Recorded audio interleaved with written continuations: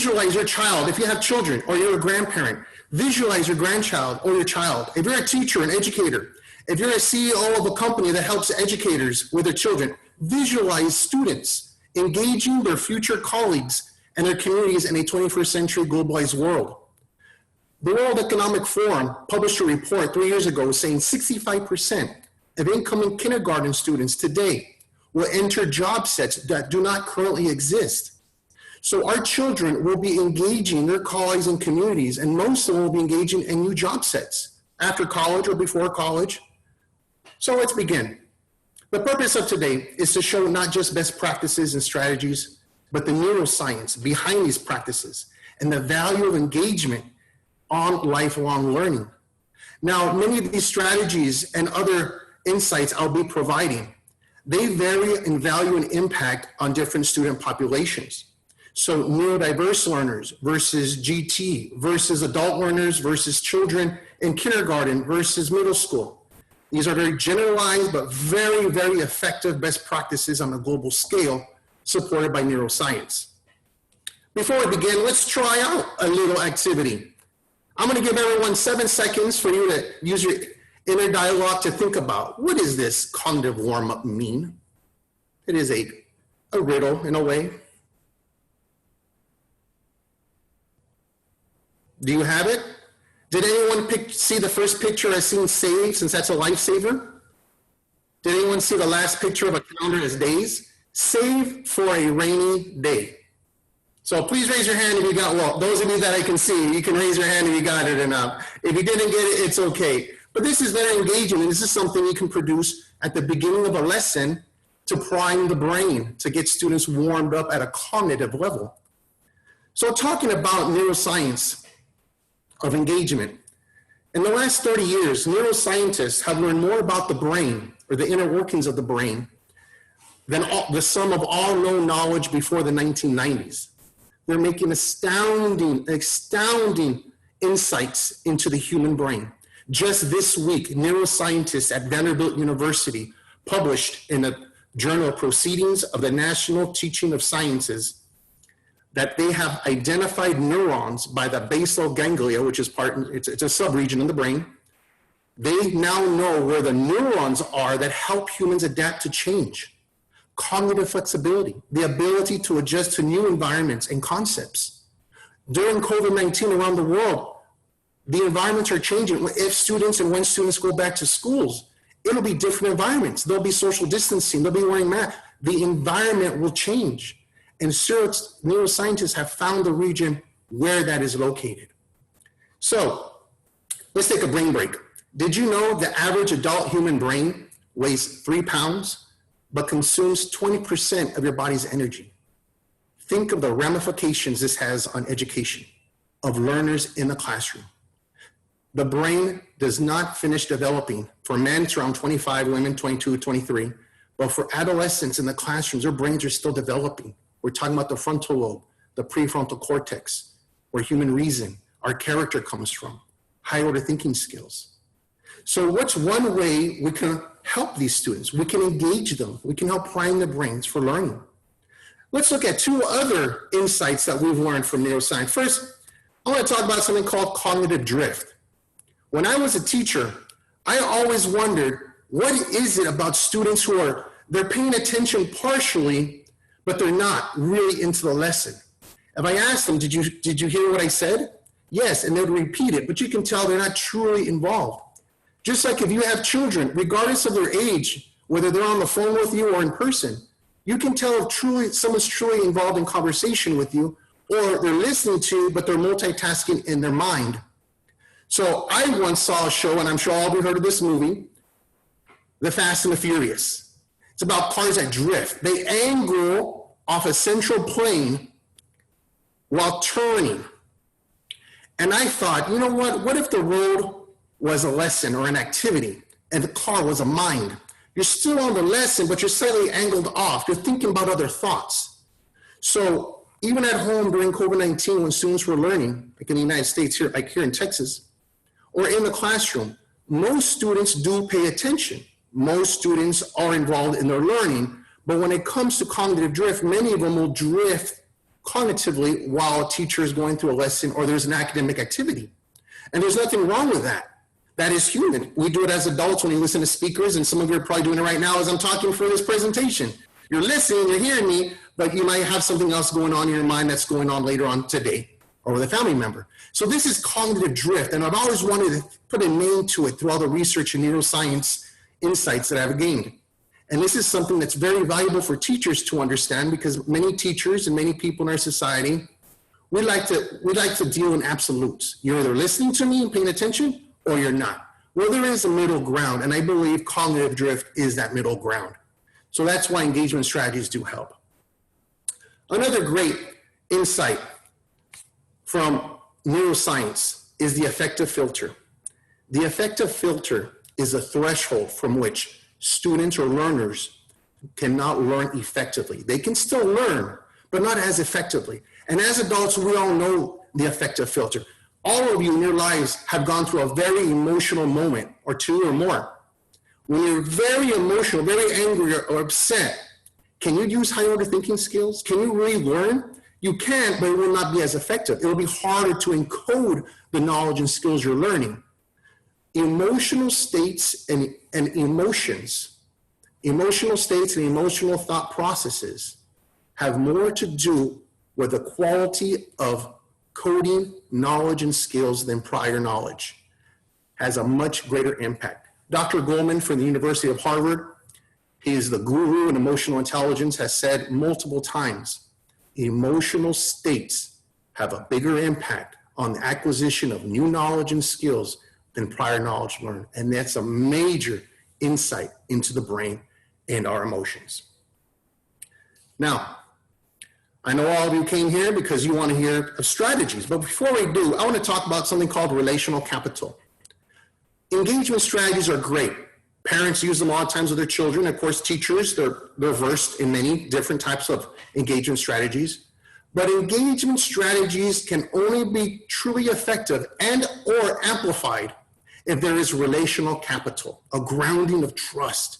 And that trust is based on emotions. So people may not remember exactly what you said or what you did, but they will never forget the way you made them feel. Let's talk about relational capital. Here's some great strategies. Very basic. There are more out there to develop relational capital, but I picked these 4 because I personally use them. When I coach teachers, I would share these 4. I don't like to share things I haven't done before, and that's been proven. So model and appreciate pro-social conversations. This helps with social skills and emotional skills as well, like self-awareness, emotional regulation. Show appreciation and supportive collaborative efforts. We're very big on teamwork, pair shares in the classroom, doing projects together, doing presentations. Teachers, educators as a whole, and even parents. Let's not focus solely on the product, the quality of work. Let's focus on those soft skills, or I call employability skills or transferable skills. Did you communicate well? If there was an issue with a team member, did you use conflict management skills that we went over? How are your communication skills? How do you know you're an active listener? Do you paraphrase? Do you look at body language? Do you assume positive intentions when people are working on a project? Before you shut them down, before you think their idea is not that great, assume positive intentions. Maybe you're not on the same wavelength, and it goes back to communication. Praising academic behaviors and highlighting effort. That's intentional, this intrinsic motivation, that's key as well. And what I love to do with my students on Fridays, I would do them when I was a teacher. I would have what was called real talk. Here I call it values talk, but I just called it real talk. And we'd talk about upcoming lessons or objectives for the following week, and we'll talk about the ones we just did in that week. Sometimes I'll do it during the lesson itself, but I'd say this for Friday because we'd have this real talk. Love to discuss the value, the reason, the meaning behind things. The same way parents, when they have those one-on-one conversations with their children, when they're adolescents, and they just misbehave severely, or they did something at school that was very bad, or they acted out for whatever reason. And you have this values talk, and they seem to be more with it when they understand the value of correct behaviors or academic behaviors, or at home in their relationship with their mother, their father, whoever their guardian is. This is something that teachers can utilize as well. There are many classical engagement strategies. There's many more than this, don't get me wrong. And these have different values to different students. So you just have to try them out, but this is classical. Many teachers used to love to revolve around novelty, bringing in new things, trying out different ways. With COVID-19, many educators use technology, of course, but we cannot use technology as an engagement strategy because it is a tool. It is a tool for learning, but what is the engagement piece? So that is something that if you want to spark curiosity, the students must have engagement pieces if they're going to be using technology on a frequent basis, but using the computer itself should not be considered an engagement strategy. Relevance and challenges, when you challenge students, like even small riddles, quality questioning has been the gold standard of engagement since Socrates. If you have quality questioning, highly effective teachers will tell you this is really the hallmark, the gold standard to truly engage learners, especially when you want to drive rigor. Many teachers and many parents also use humor or passive leisure, like coloring, things that are very passive. Watching shows that are watching documentaries or videos that help support a skill, but it's more colorful, it's more theatrical. That's more leisurely. You're engaging them still, but it's not really truly authentic because it's passive. Same part of the brain when you watch a movie. You're not really learning unless you're watching something that's like a cooking show and you really want to learn how to cook it. Now I want to pause on something because this has been part of a problem that I've been looking at since I began as an educator. I've always wondered when teachers tell me as a teacher, when I was a teacher, I told the students it was important. I told them it was on the test. That's engaging. And I could never figure out why it's just not engagement. That's something different, but there wasn't a name for it. And through all my research, I finally stumbled upon something that was written in 1958. And it was actually for economics. And it was about choice behavior and economics. Well, when they utilized this in neuroeducation, this applied. So the utility of value is something we've all done. And if you're a parent, you've done it. Obviously, your parents did to you and your child. Listen to me. I know what's best for you. Listen to me. You got to do it because I told you so. So the person saying it, they know the value, but the person that they're trying to engage, the child, they don't know. And teachers fall into this trap many times, especially teachers that are new to education. They'll say, this is important. Listen, this will be on the test. You need to know this. Pay attention. This isn't truly engagement strategy, but this is a go-to, like a default for many people that maybe have a struggling student that won't pay attention. Not struggling when it comes to their ability or inability, but struggling when it comes to their behavior, not allowing them to pay attention to what's going on. So that utility of value is something that many educators default to, and even parents. They just trust me. It's the value. And utility of value becomes devaluized, or it's a devalue if you do not have that relational capital. Utility of value increases in its potential if there's strong relational capital, but it shouldn't be the only thing used because you're just using the title. Now let's talk about some other strategies. Dynamic equilibrium. This is a balance between teaching with prompts that help learners reflect on connections of significance of a learning objective or goal to a 21st century global expectation or application. And what I mean by 21st century global expectation, I'm talking about the expectations in the 21st century workplace. I'm talking about expectations in the 21st century college, universities. I'm talking about expectations of the learners going to the military. Collaborative groupthink. This is based off the zone of proximal development by Dr. Vygotsky. And this is focusing on constructive discussions, and this can truly help learners in the classroom. Analogies, metaphors, visual picture riddles, like I did earlier. These are all great to prime the brain before you start a lesson, just to get them warmed up, but you're engaging the students. I'm a fish out of water. I would tell my students in Singapore. 5 years ago, I was in the Republic of Singapore. I'm a fish out of water. I would say that after I said my name to the students in the classes that I did lessons in. And right away, the students were somewhere you could tell, what does that mean? Others were like, huh. And then I would explain, I'm from Texas, I'm in the Republic of Singapore, I'm a fish out of water. And they would look at me, but I knew cognitively they were primed because that part of the brain is being warmed up. And we talked about what does that mean in my circumstance? And when have they been a fish out of water in their life? So I was just trying to engage them and prime them for the lesson. Personal relevance. Everybody knows if you have connections to relevance, especially emotional or personal connections, this is key for students, especially at-risk students. Now, tier questioning, the 5 domains. This is a systematic, organized way to help students go into a lesson. This is very engaging. Students who ask questions because they hear great questions, they learn how to ask great questions, truly become engaged with the material, with the lessons, with the skills, because we want to send them post-secondary to college and beyond, asking those great questions, whether it's to other people or their inner dialogue, so they can learn about the world around them. There's inquiry questions, reflection questions, checks for understanding, just to make sure everyone's on the same page or make sure you understand what's going on. High-order thinking questions. And of course, my personal favorite, metacognitive processing questions.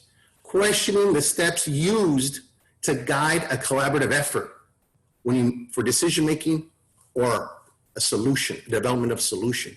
You're focusing on questioning the steps themselves, behind the curtain, the thinking behind the curtain when it comes to groupthink. These are my top 5 for neuroeducation. There's many more out there. But as we look at educating the learners of today, we must realize whether they're learning through at home, online, through technology, or they're learning face-to-face, we must begin to change the way we engage our students so there is no cognitive drift, or cognitive drift is minimized, because that's natural, we're human. But at the same time, we must look at this as preparing them and helping them understand why we're engaging them. My last year as a teacher, I actually had a lesson on engagement, and I would teach about the learning science or the science of learning to help students understand behind the curtain. Why is there a lesson plan? Why do I put the objective on the board?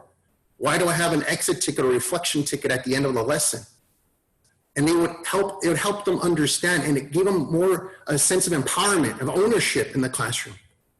Because I tied their learning to what's going on for my job to help them. And I remember many students, when they take the state exam for their content or for the content I taught, they loved that idea because they knew exactly the purpose behind everything I was doing. And now I would even ask them on surveys, what's your favorite strategy, engagement strategy that I use? Because we go over them. And there's something very different for them. And it's like, mister, no one's ever told us these things before. And I taught freshmen, so it's equivalent to 14, 15-year-olds. So what's the purpose? What is truly the purpose? I call it the utility of engagement.